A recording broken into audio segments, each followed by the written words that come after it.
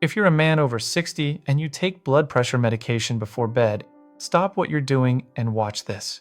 Because a major study just revealed that the timing of when you take that pill could be the difference between waking up tomorrow morning and not. I'm not exaggerating. And in the next few minutes, you're going to find out exactly what to do about it. Here's the truth that nobody in your doctor's office has time to tell you. Blood pressure management for men over 60 is completely different from blood pressure management for younger adults. The rules change, the risks change, the targets change. And if you're still following advice designed for a 45-year-old, you could be putting yourself in serious danger, even if your numbers look perfect on paper. I'm Dr. Gregory, and over the next 15 minutes I'm going to show you the real blood pressure target for men your age. It's probably not what you think. The dangerous dip that happens to men over 60 at night, and why it matters more than your daytime reading. And a simple 3-minute test you can do at home right now that could prevent a life-changing fall. This isn't theory. This is research published in peer-reviewed journals that most general practitioners haven't caught up with yet. Before we go any further, drop a comment right now with just your age. Just the number, nothing else. I want to see who's watching, because what I'm about to share applies differently depending on whether you're 62, 72, or 82. And if you've ever woken up in the middle of the night feeling dizzy or lightheaded, add the word night to your comment. You'll understand why that matters in about 3 minutes. 5 key points. Point 1. The night drop nobody talks about. Here's something that happens to thousands of men every single night, and most of them have no idea. You take your blood pressure pill in the evening, just like the label says. You go to bed. Pressure drops while you sleep, which sounds good, right? But here's the problem. When you're over 60, your body's ability to regulate blood pressure during sleep is already slower than it used to be. Add a medication on top of that, and pressure can drop too far, sometimes dangerously far. Think of it like a car with old brakes on a downhill road at night. During the day, on flat ground, those brakes work fine. But when gravity takes over and visibility is gone, the system that was meant to protect you becomes the hazard. A study published in the European Heart Journal followed over 19,000 adults for 6 years. Men who took their blood pressure medication at night had a 45% higher rate of serious cardiovascular events compared to those who took it in the morning. And falls, especially getting up to use the bathroom, were significantly more common in the nighttime dose group. This is information your doctor may not have mentioned, not because they don't care, but because this research came out recently and the guidelines haven't caught up yet. Stay with me, because point 2 explains exactly why your body reacts this way. And it has everything to do with how your blood vessels have changed since you were 50. Point 2. Your arteries are not the same arteries you had at 50. Let me explain something that changes everything about blood pressure management as you age. At 45, your arteries are relatively elastic. They flex, they absorb pressure, they adjust. When you stand up fast, they compensate almost instantly. But by 65, 70, 75, that elasticity is reduced. The arteries have stiffened through a natural process called arteriosclerosis. Imagine 2 garden hoses. One brand new, soft and flexible. One that's been sitting in the sun for 15 summers, rigid, cracked at the bands. When you push water through the old hose, it doesn't absorb the pressure the way the new one does.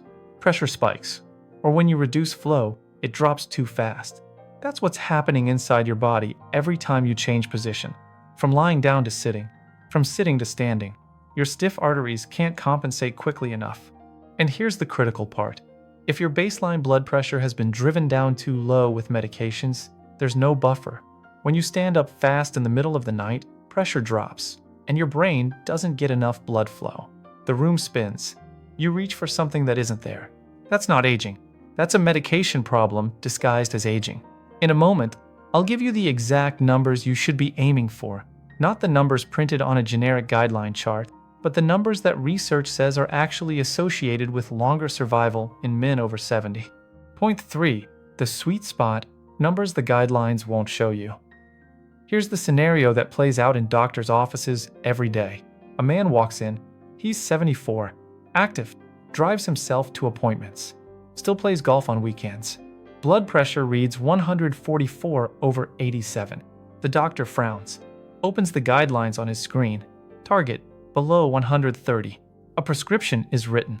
6 months later, that man's pressure is 121/76. The doctor is pleased. "We've got it under control," he says. But that man now gets lightheaded every time he bends down to tie his shoes. He grabs the wall getting out of bed. He avoids standing quickly because he knows what happens. He stopped mentioning it because he assumes it's just age. It's not just age. A landmark study in JAMA Internal Medicine tracked 15,342 adults over age 75 for 5 years. They divided participants into groups by blood pressure range and tracked outcomes. The result? The group with the lowest mortality, fewest falls, and best cognitive function was not the group below 120. It was the group between 130 and 145 systolic. Men with systolic pressure below 120 had a 28% higher risk of serious falls requiring hospitalization, higher rates of acute kidney injury, and a 14% higher overall mortality rate than those in the moderate range. The sweet spot, the range associated with the longest survival in older men, was higher than the standard guideline target. Now, this doesn't mean high blood pressure is fine. It's not. Men above 150 showed higher rates of stroke and cardiovascular events. But the research is clear. For men over 70, there's a U-shaped curve. Too high is dangerous. Too low is also dangerous. In the middle, around 130 to 145, is where the best outcomes live. Drop a comment below with the word "sweet spot" if this is already changing how you think about your numbers. And stay with me, because point 4 is the test you can do at home tonight. Point 4, the 3-minute home test that could save your life. I want to teach you something right now that your doctor should be doing at every visit, but probably isn't. It's called an orthostatic blood pressure measurement. It takes 3 minutes. It requires a $30 monitor from any pharmacy, and it can tell you more about your fall risk than any sitting reading your doctor has ever taken. Here's how to do it. Step 1, lie flat on your bed or sofa. Rest for 5 full minutes. Don't skip this, it matters. Step 2, while still lying down, take your blood pressure. Write down both numbers. Step 3, stand up. Immediately, right away, don't wait. Take your blood pressure again while standing. Write those numbers down. Step 4, compare. If your systolic, top number, dropped by more than 20 points, or your diastolic, bottom number, dropped by more than 10 points, you have what's called orthostatic hypotension. That's a red flag. It means your blood pressure is dropping too far when you change position, even if your sitting reading looks perfect to your doctor. Concrete example, lying down, 126/78. Looks textbook. Standing, 99/64. That's a 27-point systolic drop. That man's brain is being starved of blood flow every time he stands up. He's at serious risk of a fall, especially at night, especially if he's been on blood pressure medication for years. If you find a significant drop, write it down and bring it to your next appointment. You're not being difficult, you're being informed. And that distinction might matter more than you know. Point 5, why your doctor hasn't told you any of this. This is the question I get more than any other. Dr. Gregory, if this research exists, why hasn't my doctor mentioned it? It's a fair question, and the honest answer is complicated. Most clinical guidelines are built on large trials that were conducted primarily in middle-aged adults. When those trials found that lowering blood pressure to 120 saved lives, the guidelines applied that finding to everyone, regardless of age. The assumption was, what works for a 52-year-old must also work for a 78-year-old, but they're not the same body. Over the past decade, researchers have started studying older adults specifically, and the data is showing something different. Something more nuanced.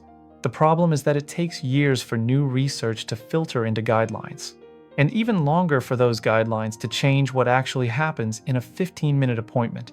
Many GPs are still working from guidelines published 5 to 8 years ago, not because they're negligent, but because medicine moves slowly and practices move even slower. There's also a psychological factor. For 30 years, doctors have been trained with one message: lower blood pressure saves lives. That message is true for middle-aged adults. Asking doctors to hold a different target for a 78-year-old requires them to make an individual judgment call rather than follow a universal rule. In a packed schedule, that's genuinely hard. Here's what this means for you. You can't wait for the system to catch up. You need to show up informed. Bring your home monitoring log.